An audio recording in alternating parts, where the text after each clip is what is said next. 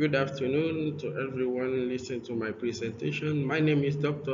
Abdulrasheed Olatunji Abdussalam from Faculty of Islamic Studies, Islamic University of Perlis, Malaysia. The title of my paper is Psychological and Social Factors Responsible for Violence Among Secondary School Students in Nigeria. I'm presenting this paper in international conference in psychology and psychiatry in Amsterdam 2022. Introduction. Recently, we are facing an increase in the number of violent acts and methods used by students within the schools in Nigeria and in some part of Africa. The phenomenon is no longer confined to its stereotypical form, violence from the teachers to their students, but it has spread and changed. So we see images of violence in different forms. Phenomena such as murder, attack, and harmed act against students and teachers directed by both sides are becoming common. The Ministry of Education and Higher Education in Nigeria has adopted some educational policies to solve the problem of violence. Although in some schools, students and teachers still practice violence, and failure to solve this problem will endanger the educational process. There are many manifestations of violence in schools, but the most prominent of them is the phenomenon of verbal violence, which has become one of the prevalent manifestations of school violence among students and teachers. Therefore, this presentation aims at delving into the menace as well as some clarifications. I will start with forms of violent behaviors in schools in Nigeria. Number one, the use of vulgar and insulting language against faculty members. Number two, sexism and ridicule of teachers or those who represent authority in the school or in the school over students. Distributing teachers from continuing to teach the lesson by making certain sounds or using chalk and other actions aimed at hindering teachers from performing their task. Refusal to follow the school's rules and regulations and submit to its authority. Vandalization of school property such as school chairs, walls, toilets, and other tools for the cleanings. Rebellion against the educational reality and lack of attention to the decision of the school's administration to punish them. Destroying the school walls with external expressions about literature. Assault on colleagues or comrades in the school. Type of school violence and its manifestations. School violence is divided into the following. A. School violence does not differ in its nature and forms from violence in general.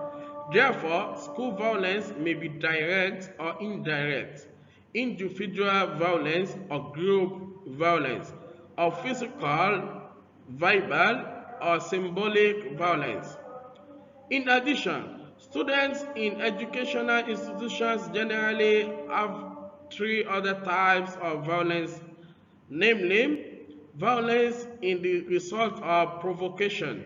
It is violence that precedes a motive so that the student seeks by some way to defend himself against this motive, which may be a threat or something else. Number two, violence to prove oneself. This violence appears in the stage of adolescence when the student tries at this stage to prove himself. And this type of violence is practiced by some students, aims to control and dominate others or disturb or irritate them. Number 3, violence directed at the symbols of the original topic. This type of violence is the same indirect violence that is directed at one of the symbols of the original topic and not at the original topic that provoked the aggressive response. When the student cannot direct the violence to the original topic that provoked the aggressive response, it directs its violence to one of the symbols of the original subject. For example, when the student cannot direct its violence to the teacher for one reason or another, it directs him to his car or one of the school properties and so on. Number 2, violence from within the schools. This may be categorized into the following: violence among the students themselves, violence among teachers themselves, violence between teachers and students. The last one is violence directed to school property, students to teachers, and student to students. These points were revealed by Ruka in 1995. By calling school violence as the school system is completely turbulent and there is a state of inability to control the phenomenon of violence spread among students or between them and their teachers. And many complaints are heard from parents accepted the violence used at the school. Factors responsible for violence. The factors that contribute to raising the degree of violence in society are multiple and overlapping, but some contribute to a greater degree than others in causing violent behavior. From this point of view, the focus came to some psychological and social factors in general and mental and health factors in particular. Psychological and psychological factors. From here, we can deduct the psychological factors, which are the reason for the practice of violence emanating from the person himself, his mental or emotional characteristics, his formation or his physical condition, and they differ from one individual to other. Among the violent, we have frustration, we have mental factor. What is the frustration? I mean by frustration here, there is no doubt that human life is full of many situations and obstacles that stand in front of some individuals. And when they seek to achieve a specific purpose or goal, these barriers and obstacles are into the cause them frustration and tension, which force them to overcome those barriers. In any way, it was especially when a person is in abundance, where tension and emotion increase, which may increase the insistence on overcoming these obstacles. And this may be through violent behavior. And we have mental factor. Mental factors play an important role in many problems, including the problem of academic delay. It can be moderate and maybe suffer. And in the most severe cases, it is intense. This underdevelopment is caused by certain circumstances. As for the behavioral problems of our children, there is no doubt that there are several factors, the most important of which are family education and environment in which children live and genetic factors. Secondly, we have social factors. Social factors can be referred to as the sum of circumstances, factors, social environment, and the social environment in which an individual lives. Family upgrading. The family is one of the most important social systems in human life, and it is the oldest of this system because the person begins in the family and forms the first social medium in which the person resides amid his multiple names. In addition, the family is the first source of values, customs, and traditions.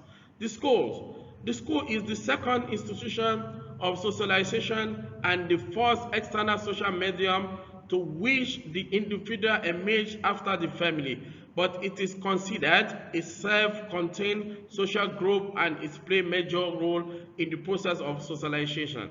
And other institutions, in the most important of which is transferring this to members of society or employing it in all aspects of life and assignment of society of the age.